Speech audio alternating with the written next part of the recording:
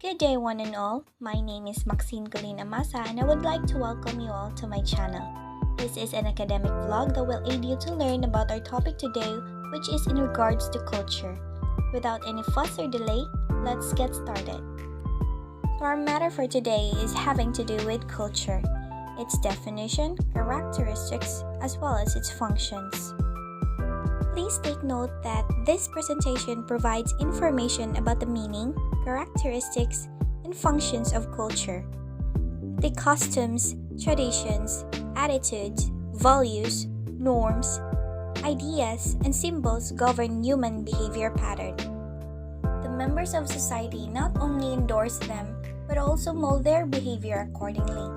They are the members of the society because of the traditions and customs which are common and which are passed down from generation to generation through the process of socialization. These common patterns designate culture, and it is in terms of culture that we are able to understand the specific behavior pattern of human beings in their social relations, like cultural ideas emerge from shared social life. So what is the definition of culture? So let us define culture. Sometimes an individual is described as a highly cultured person, meaning thereby that the person in question has certain features such as his speech, manner, and taste for literature, music, or painting which distinguish him from others. Culture, in this sense, refers to a certain personal characteristics of an individual. But however, this is not the sense in which the word culture is used and understood in social sciences. Sometimes culture is used in popular discourse to refer to a celebration or an evening of entertainment, as when one speaks of a cultural show. In this sense, culture is identified with aesthetic or fine arts such as dance, music, or drama. This is also different from the technical meaning of the word culture. Culture is used in a special sense in anthropology and sociology. It refers to the sum of human beings' life ways, their behavior, beliefs, feelings, thought, and it connotes everything that is acquired by them as social beings. Culture has been defined in a number of ways. There is no consensus among sociologists, anthropologists regarding the definition of culture. One of the most comprehensive definitions of the term culture was provided by the British anthropologist Edward Taylor. He defined culture as that complex whole which includes knowledge, belief, art, morals, law, custom, and any other capabilities and habits acquired by man as a member of society. There are some writers who add to this definition some of the important other capabilities and habits, such as language and the techniques for making and using tools. Culture consists of all learned, normative behavior patterns that is all shared ways or patterns of thinking and feeling as well as doing. Some of the thinkers include in culture only the non-material parts. For instance, Sutherland and Wood would say, if culture exists only when there is communication, then the content of culture can be ideas or symbol patterns. Culture is then an immaterial phenomenon only, a matter of thoughts and meanings and habits, and not of visible and touchable material things or objects. The material elements that are made and used in accordance with socially inherited tradition should be called culture objects. Others include in culture all the major social components that bind men together in society. It is Coley, Argel, and Carr says that entire accumulation of artificial objects, conditions, tools, techniques, ideas, symbols, and behavior patterns peculiar to a group of people possessing a certain consistency of its own and capable of transmission from one generation to another. Some of the other important definitions of culture are as follows. Culture is the expression of our nature in our modes of living and our thinking. Intercourse in our literature, in religion, in recreation and enjoyment, says McLever. According to E. A. Hobel, Culture is the sum total of integrated learned behavior patterns which are characteristics of a member of a society and which are therefore not the result of biological inheritance. Culture is the complex whole that consists of everything we think and do and have as members of society, says Burstead. Culture is the total content of the physiosocial, biosocial, and psychosocial universe man has produced and socially created mechanisms through which this social product operate, according to Anderson and Parker. Minkowski defines culture as the handiwork of man and the medium through which he achieves his ends. According to H.T. Mazumdar, culture is the sum total of human achievements, material as well as non-material, capable of transmission sociologically by tradition and communication, vertically as well as horizontally.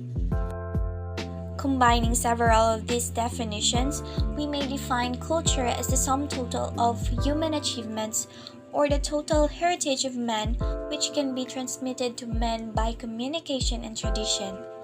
It is a way of life of the people in a certain geographical area, lifestyle and social pattern of a society being the direct consequence of the accumulated heritage of ages past distinguish and differentiate one community from another. Culture, therefore, is moral, intellectual, and spiritual discipline for advancement in accordance with the norms and values based on accumulated heritage. It is imbibing and making ours own the lifestyle and social pattern of a group one belongs to. Culture is a system of learned behavior shared by and transmitted among the members of the group. Culture is a collective heritage learned by individuals and passed from one generation to another. The individual receives culture as part of social heritage and in turn may reshape the culture and introduce changes which then become part of the heritage of succeeding generations. Let's move on to characteristics of culture. So from various definitions, we can deduce the following characteristics. First, we have the learned behavior. Second, culture is abstract. Third, culture is a pattern of learned behavior. Fourth, culture is the products of behavior. Fifth, culture includes attitudes, values, and knowledge. Sixth, culture also includes material objects. Seventh, culture is shared by the members of society. 8. Culture is superorganic. Culture is also pervasive. Culture is a way of life. Culture is a human product. Culture is idealistic. And it is transmitted among members of society. Culture is continually changing. Culture is variable. Culture is an integrated system. And language is a chief vehicle of culture. So the first characteristics of culture is learned behavior. Not all behavior is learned, but most of it is learned. Combing one's hair, standing in line, telling jokes, criticizing the president, and going to the movie all constitute behaviors which had to be learned. Sometimes the terms conscious learning and unconscious learning are used to distinguish the learning. For example, the ways in which a small child learns to handle a tyrannical father or a rejecting mother often affect the ways in which that child, 10 or 15 years later, handles his relationships with other people. Some behavior is obvious. People can be seen going to football games, eating with forks, or driving automobiles. Such behavior is called overt behavior. Other behavior is less visible. Such activities as planning tomorrow's work or feeling hatred for an enemy are behaviors too. So this sort of behavior, which is not openly visible to other people, is called covert behavior. Both may be, of course, learned. Second characteristics of culture is that culture is abstract. Culture exists in the minds or habits of the members of society. Culture is a shared ways of doing and thinking. There are degrees of visibility of cultural behavior, ranging from the regularized activities of persons to their internal reasons for so doing. In other words, we cannot see culture as such, we can only see human behavior. This behavior occurs in regular, patterned fashion, and it is called culture. Culture is a pattern of learned behavior. The definition of culture indicated that the learned behavior of people is patterned. Each person's behavior often depends upon some particular behavior of someone else. The point is that, as a general rule, behaviors are somewhat integrated or organized with related behaviors of other persons. Culture is the product of behavior. Cultural learnings are the products of behavior. As the person behaves, there occur changes in him. He acquires the ability to swim, to feel hatred towards someone, or to sympathize with someone. They have grown out of his previous behaviors.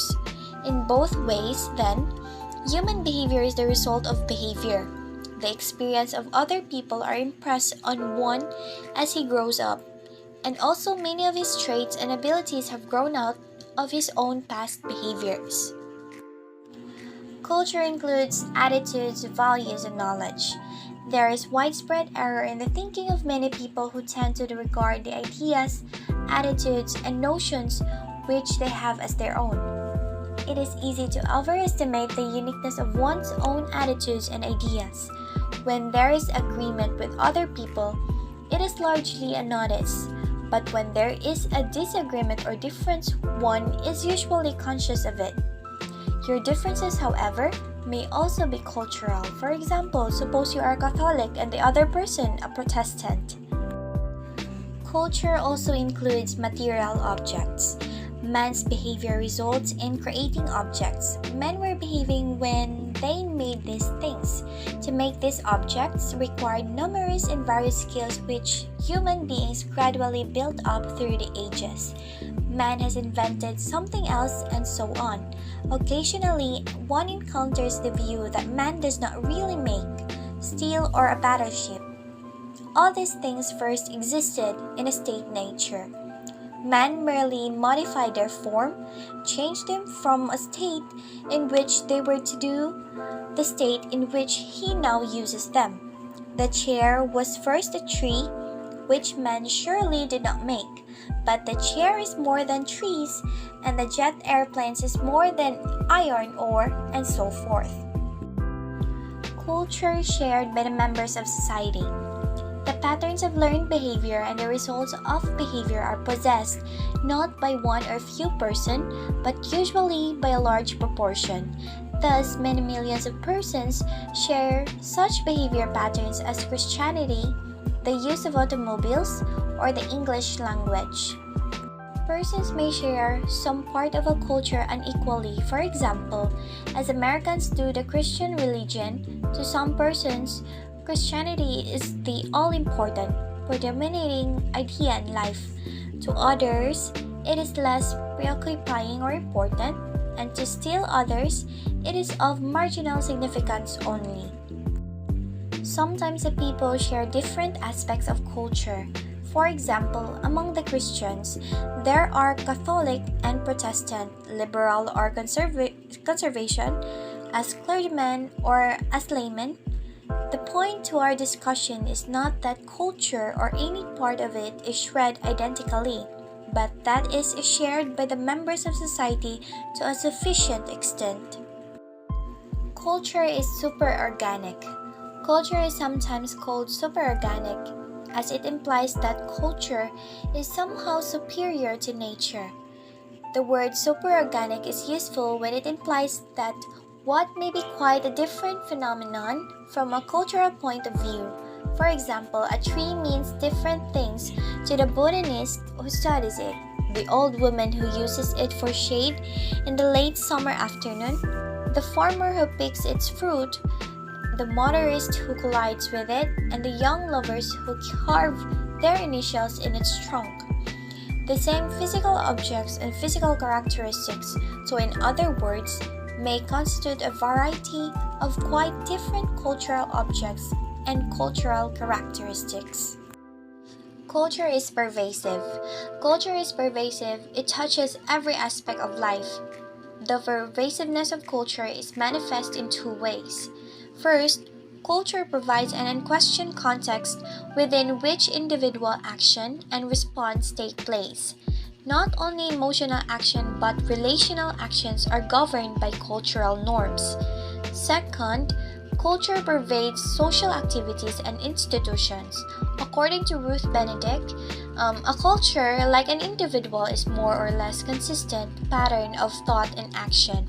With each culture, there come into being characteristic purposes not necessarily shared by other types of society. In obedience to these purposes, each person further consolidates its experience, and in promotion to the urgency of this drives the heterogeneous items of behavior take more and more congruous shape. Culture is a way of life. Culture means simply the way of life of a people or their design for living. Glaucomar Kelly defined it in his sense: a culture is a historically derived system of explicit and implicit designs for living, which tends to be shared by all or specially designed members of a group. Explicit culture refers to similarities in word and action which can be directly observed. For example, the adolescent cultural behavior can be generalized from regularities in dress, mannerism, and conversation. Implicit culture exists in abstract forms which are not quite obvious. Culture is a human product. Culture is not force, operating by itself and independent of human actors. There is an unconscious tendency to defy culture, to endow it with life and treat it as a thing. Culture is a creation of society in interaction and depends for its existence upon the continuance of society. In a strict sense, therefore, culture does not do anything on its own. It does not cause the individual to act in a particular way, nor does it make the normal individual into a maladjusted one. Culture, in short, is a human product. It is not independently endowed with life. Culture is idealistic. Culture embodies ideas and norms of a group. It is sum total of the ideal patterns and norms of behavior of a group. Culture consists of the intellectual, artistic, and social ideals and institutions which the members of the society profess and to which they strive to conform. Culture is transmitted among members of society. The cultural ways are learned by persons from persons. Many of them are handed down by one's elders, by parents, teachers, and others of a somewhat older generation. Other cultural behaviors are handed up to elders. Some of the transmission of culture is among contemporaries. For example, the styles of dress, political views, and the use of recent labor-saving devices. One does not acquire a behavior pattern spontaneously. He learns it. That means that someone teaches him and he learns. Much of the learning process, both for the teacher and the learner, is quite unconscious, unintentional, or accidental. Culture is continually changing.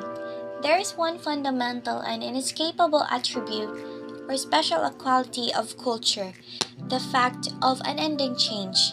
Some societies at some times change slowly, and hence in comparison to other societies seem not to be changing at all, but they are changing, even though not obviously so. Culture is variable. Culture varies from society to society, group to group, hence we say culture of India or England. Further, culture varies from group to group within the same society. There are subcultures within a culture, cluster of patterns which are both related to general culture of the society and yet distinguishable from it are called subcultures. Culture is an integrated system. Culture possesses an order and system. Its various parts are integrated with each other, and any new element which is introduced is also integrated.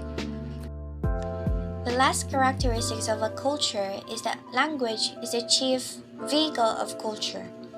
Man lives not only in the present, but also in the past and future. He is able to do this because he possesses language which transmits to him what was learned in the past and enables him to transmit the accumulated wisdom to the next generation. A specialized language pattern serves as a common bond to the members of a particular group or subculture.